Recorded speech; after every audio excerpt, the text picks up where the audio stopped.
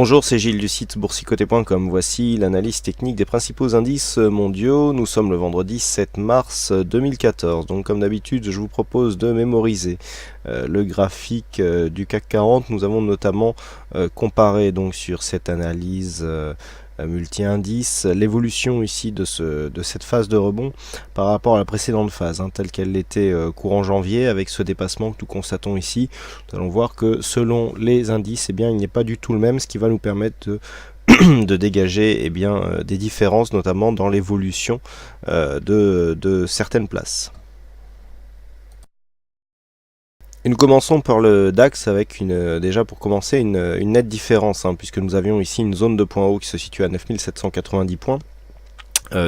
Courant janvier, et suite à la phase de baisse et de hausse qu'ont connu les marchés récemment, nous pouvons remarquer déjà que d'une part la phase de baisse a été nettement amplifiée et surtout la phase de rebond a été nettement moins forte sur le DAX, puisque nous n'avons jamais dépassé ici cette zone. Donc pour l'instant on est dans une sous-performance notoire du DAX par rapport aux autres indices, et nous allons voir qu'il sous-performe aussi les indices américains, donc c'est bien une sous-performance du DAX. Alors toutefois il faut mettre cet élément en parallèle du fait que nous avons eu une forte surperformance du DAX ici lors des récents mois, notamment à l'automne, avec une forte progression par rapport aux autres indices, et que tout simplement le DAX paye un petit peu cette avance, le fait d'avoir peut-être un peu plus de valeur mieux valorisé que sur d'autres indices, fait que s'il y a des valeurs sur lesquelles il faut investir, elles ne sont peut-être plus cotées sur l'indice allemand. Alors du côté des indicateurs, donc nous avons une configuration qui est relativement neutre sur le DAX, avec des oscillateurs ici qui sont en zone neutre, un stochastique qui vient d'invalider ici un signal de baisse, et une dynamique qui est légèrement baissière ici sur le MACD, des volumes plutôt équilibrés, donc assez neutre du point de vue de la tendance. Donc il faut s'en remettre un petit peu à la vue chartiste pour essayer de dégager quelque chose. Alors ce que nous pouvons remarquer déjà, c'est que du point de vue de la tendance moyen-long terme, nous sommes toujours dans un biais haussier, même si la phase ici s'inscrit dans une stabilisation, avec un espèce de triangle qui est en train de se dessiner. Mais ce que nous pouvons voir, c'est que par rapport à l'évolution ici, notamment depuis cet été, nous avons une continuité haussière qui est bien délimitée ici par ce support bleu. Et nous avons vu que même ici avec la phase de baisse récente, notamment due à la crise ukrainienne, nous ne sommes pas venus attaquer cette zone. Donc la tendance de fond n'est pas remise en cause sur le DAX. Par contre, ce que l'on peut remettre en cause, c'est son dynamisme à court terme, puisque ce que nous voyons, c'est que sur le rebond ici qui est intervenu donc depuis ce point bas de début février, on ne repasse plus ici sur au-dessus de cette zone, et donc on n'inscrit plus de nouveaux plus hauts court moyen terme. Donc pour l'instant rien n'est grave donc sur la tendance moyen terme, mais il va falloir commencer à surveiller ici ce support bleu qui délimite la tendance moyen terme. En attendant, ce que nous pouvons voir, c'est que il y a vraiment une neutralisation, il n'y a plus de contact ici avec les bandes de Bollinger supérieures et inférieures, on tourne autour de la moyenne mobile 20 exponentielle, donc les limites ici sont relativement faciles à trouver. On a une zone de points hauts ici sur cette zone des 9790 points. Une cassure relancerait la tendance court et moyen terme. Par contre ici, cette zone de points bas déjà impliquerait que si on venait l'attaquer, il y aurait cassure de cette zone de support, donc déjà rupture dans la dynamique moyen terme, et cette rupture de dynamique moyen terme sur une cassure ici de cette zone des 9070 points serait doublée d'un retournement de tendance, puisque nous aurions, si l'éventualité arrivait avec un point haut qui serait celui des 9720 que nous avons connu le 26 février, si ce point bas intervenait donc suite à une cassure du support et pas de nouveau plus haut par rapport à ce point aussi, cela nous impliquerait un retournement, puisque nous aurions une succession de points hauts qui serait baissier, et du coup une succession de points bas qui le serait aussi. Donc on doublerait ici la sortie de dynamique par cassure de cette zone de support bleu par l'inscription d'un nouveau point bas d'un point de vue court terme, ce qui réorienterait la tendance. Donc à surveiller ici cette zone d'évolution en bleu que vous pourrez tracer facilement sur vos graphes, puisqu'il s'agit d'un support moyen terme bien visible en daily.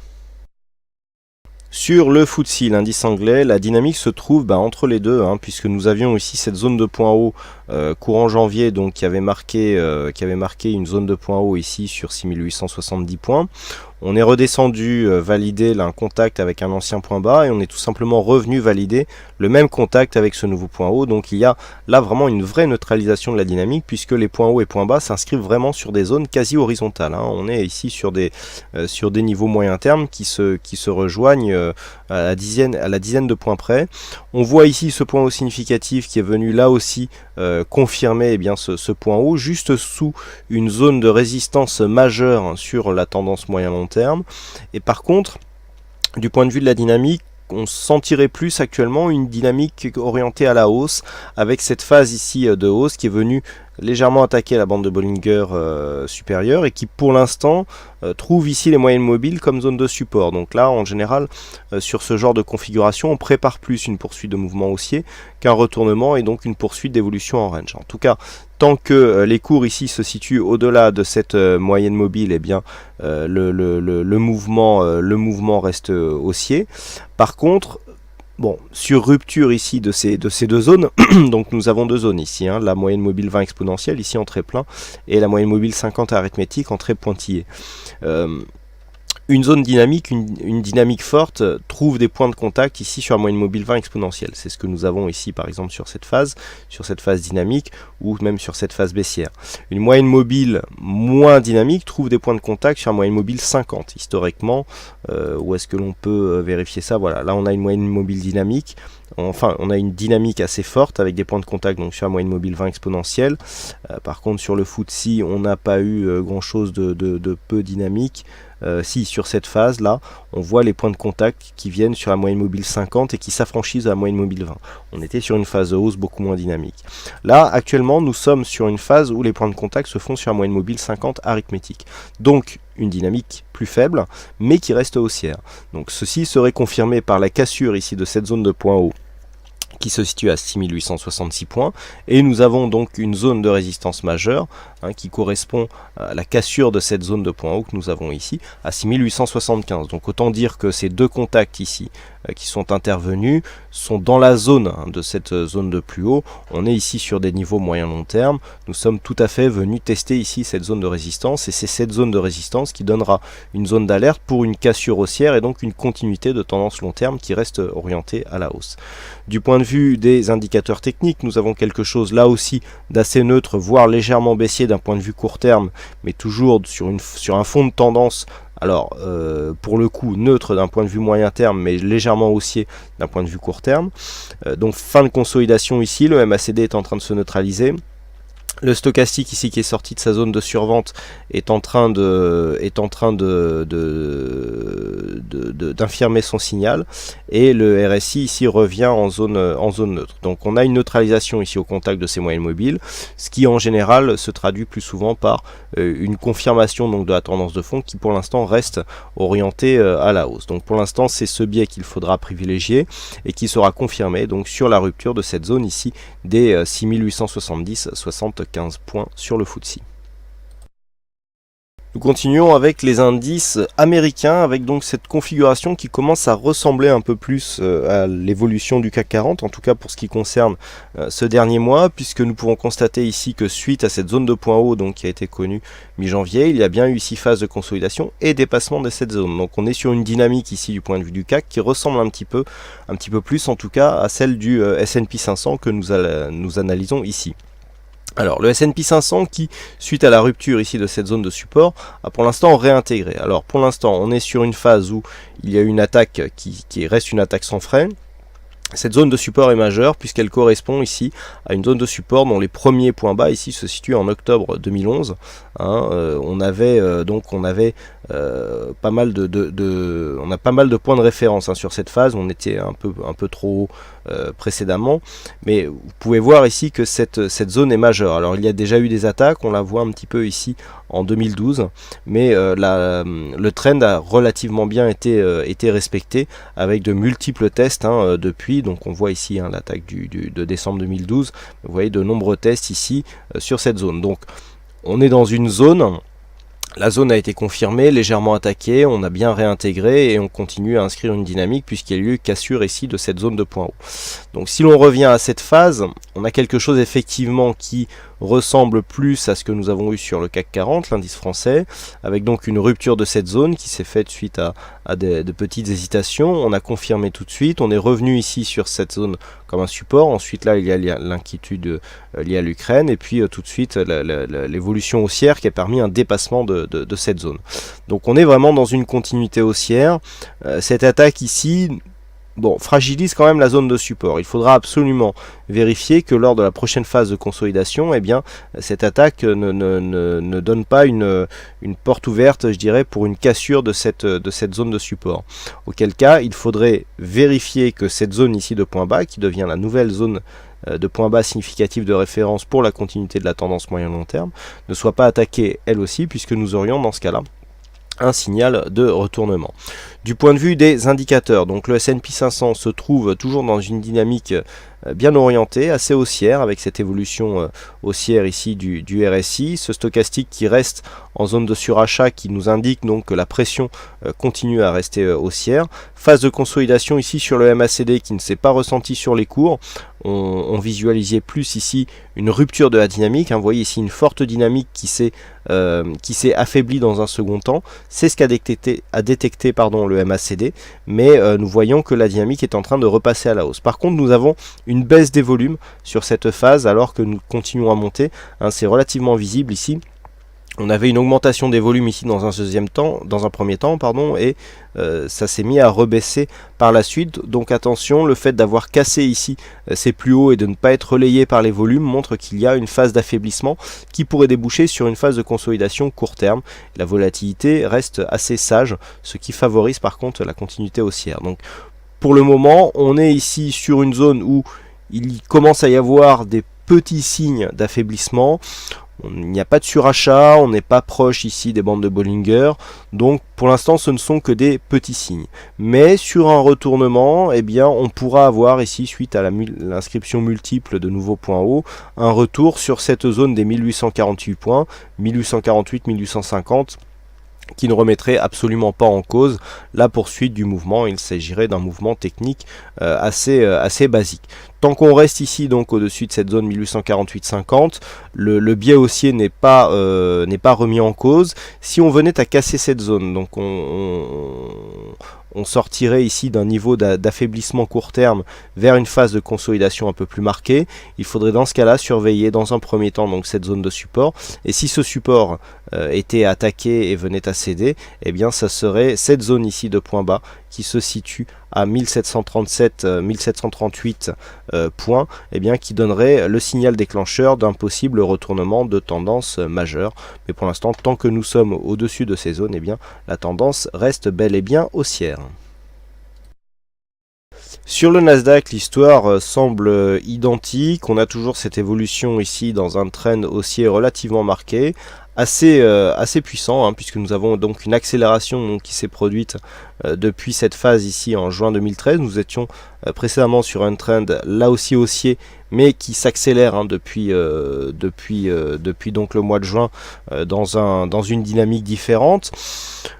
Nous sommes toujours dans ce trend, donc pour l'instant, par rapport au plus haut de mi-janvier, vous voyez qu'on a bien aussi, on est bien venu valider un contact avec cette zone de support, et tout de suite on a retrouvé une dynamique. Alors par rapport à la dynamique que nous avions court terme, on est resté, hein, sous cette zone. Vous voyez, on avait un support ici, hein, sur cette phase, et on est resté sous cette zone. Donc pour l'instant, ça ne porte pas à conséquence. Nous pouvons même remarquer que sur la phase ici de début de semaine, qui avait vu donc une baisse relativement marquée donc sur le reste des indices, on est juste venu ici valider un contact avec un précédent support, petit contact ici avec la moyenne mobile 20 exponentielle, et tout de suite après, eh bien, on refranchit cette zone de résistance. Donc là c'est assez intéressant, hein, d'un point de vue technique. On définit ici une résistance sur cette phase, on a du mal à la franchir, et il y a donc un signal d'affaiblissement le 3, donc lundi, suite à la crise ukrainienne. Et puis on franchit donc cette zone qui était précédemment en résistance sur un gap, et on continue sur la dynamique. Donc là, les signaux sont relativement forts et sont largement orientés à la hausse sur le Nasdaq, qui surperforme donc tous les autres indices, que ce soit sur le court ou le moyen terme.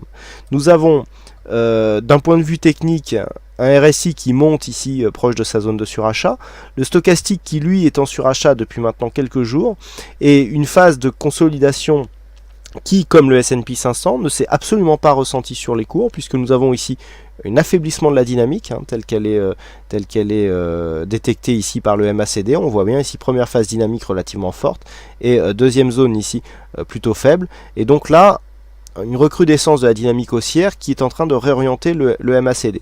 Là aussi nous avons un équilibrage des volumes, donc des petits signes d'affaiblissement comme ce que nous avions sur le S&P 500, mais qui interviennent dans un range beaucoup plus dynamique et donc nettement mieux orienté du point de vue de la continuité haussière. Donc on est haussier là aussi sur sur le Nasdaq, des petits signaux d'affaiblissement mais qui ne portent pour l'instant pas à conséquence. Les possibles signaux donc d'un retournement court terme viendraient d'une rupture de cette zone des 3700 points, qui a été ici résistance avant de devenir ici support et après avoir été franchi donc sur un gap haussier qui reste ouvert, donc qui n'est pas comblé. Donc les signaux de consolidation ici viendront d'une rupture de cette zone des 3700 points et d'un possible comblement du gap, et donc comme pour tout comblement de gap, le plus important sera d'observer comment ce gap sera comblé. Donc pour l'instant nous manquons d'informations à ce niveau là, puisqu'il n'y a pas de comblement. A noter ici l'avalement baissier qui est intervenu hier sur la précédente bougie, qui pourrait préfigurer justement d'un possible retournement. Pour l'instant il n'est pas confirmé, puisqu'au moment où je fais cette analyse, nous sommes sur plutôt sur des plus hauts. Donc pour l'instant cela ne porte pas à conséquence, donc à surveiller. 3700 points, cette moyenne mobile 20 exponentielle, les zones d'invalidation de l'intégralité de la tendance sont beaucoup plus bas. Nous aurons le temps d'en parler si une chute des cours venait à se manifester. Et enfin le Nikkei, donc l'indice japonais qui a une évolution totalement décorrélée des autres indices. Bon, ceci est dû notamment à la phase de hausse qu'a connue cet indice durant l'année dernière, avec donc cette forte phase de hausse ici qui a fait écho à la politique monétaire menée par le gouvernement. Cette forte phase de hausse donc a été confirmée, puisque nous l'avons légèrement cassé ici, le point haut qui avait été marqué au mois de mai de l'année dernière. Suite à cette attaque de point haut, il y a ici une phase de consolidation avec une perte de dynamique ici liée au du trend court terme lié à la cassure de cette zone de support. Bon, actuellement, on est ici sur une phase où les cours ont accéléré à la baisse et sont en train de rebondir. Donc la semaine dernière, je vous indiquais qu'après avoir connu ici une zone de résistance sur le 38,2, on avait attaqué. On voit bien ici la crise ukrainienne. Alors, avec un mouvement qui ressemble un petit peu à ce qui se passe en Europe, avec donc ici une phase de baisse, une remontée ici qui se fait sur un gap et donc de nouveau plus haut. Ce nouveau plus haut nous permet de venir attaquer ici le retracement 50-61-8. Donc à la base, il y avait des craintes comme quoi cette rupture ici de support se traduise par une accélération du mouvement baissier. Le fait que nous revenions ici sur la zone 50-61-8 nous montre déjà que la dynamique n'est pas très très forte. On valide ici des zones de gap comme des niveaux de support, donc ce qui est plutôt bénéfique d'un point de vue de la tendance haussière. Donc on va venir ici tester donc cette zone de point haut. Si on vient à casser ici à la hausse cette zone des 15 432, on pourrait mettre quand même un coup d'arrêt à cette dynamique baissière qui s'est marquée ici suite à la cassure de ce support. Si cette cassure intervenait, dans ce cas-là, il faudrait se replacer dans une vue un peu plus éloignée pour indiquer qu'en fait, bon, ce trend court terme ici serait cassé, mais ce mouvement se traduirait par une tendance, je dirais, suite à la forte dynamique ici, qui verrait quand même deux points bas significatifs haussiers. Mais dans ce cas-là, il faudrait confirmer par la cassure et donc un nouveau plus haut. Si cela était le cas, on validerait, donc c'est un petit peu ce que l'on chercherait à anticiper sur une rupture des 61,8.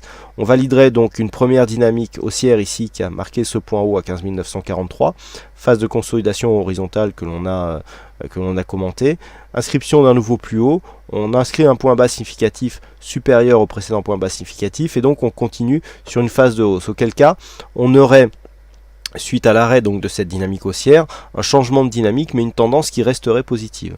Hein, c'est ce qu'il conviendrait d'adopter comme regard donc sur l'indice japonais.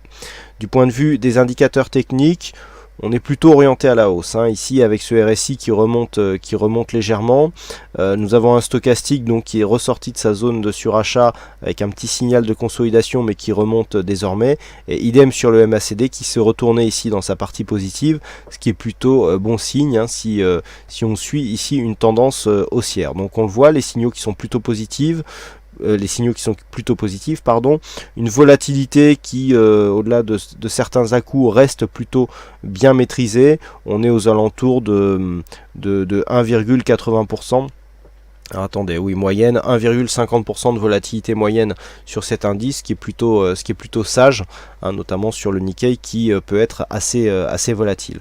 Donc pour l'instant, on serait plutôt ici sur une phase. Alors pour cela, donc pour avoir le scénario que je vous ai exposé, il faudrait dans un premier temps valider la possibilité d'une poursuite haussière par cassure de cette zone des 15 432. Il est évident que si on n'arrive pas à s'extirper ici de cette zone de retracement entre 50 et 61,8, nous resterons donc dans une optique rebond technique. Si on commence à infléchir ici et à notamment casser ce support court terme, dans ce cas l'objectif deviendrait ici une cassure de cette zone des 14 000 points et poursuite du mouvement baissier, donc qui validerait le retournement de tendance moyen long terme. Donc à surveiller ici à la hausse, donc ce retracement des 61,8 qui se situe à 15 430 points, et à la baisse ici la rupture de ce support qui pourrait donner un retour sur les 14 000 points, et en cas de cassure donc la confirmation que la tendance moyen long terme est en train de repasser à la baisse. Voilà donc ce que nous pouvons dire sur cette analyse technique des principaux indices mondiaux. Il ne me reste plus qu'à vous souhaiter à toutes et à tous une bonne semaine, bonne chance dans le prochain trade. Et on se retrouve donc dès ce soir pour les autres analyses techniques et la semaine prochaine pour l'analyse des principaux indices mondiaux. Bonne semaine à tous et à bientôt sur boursicoté.com.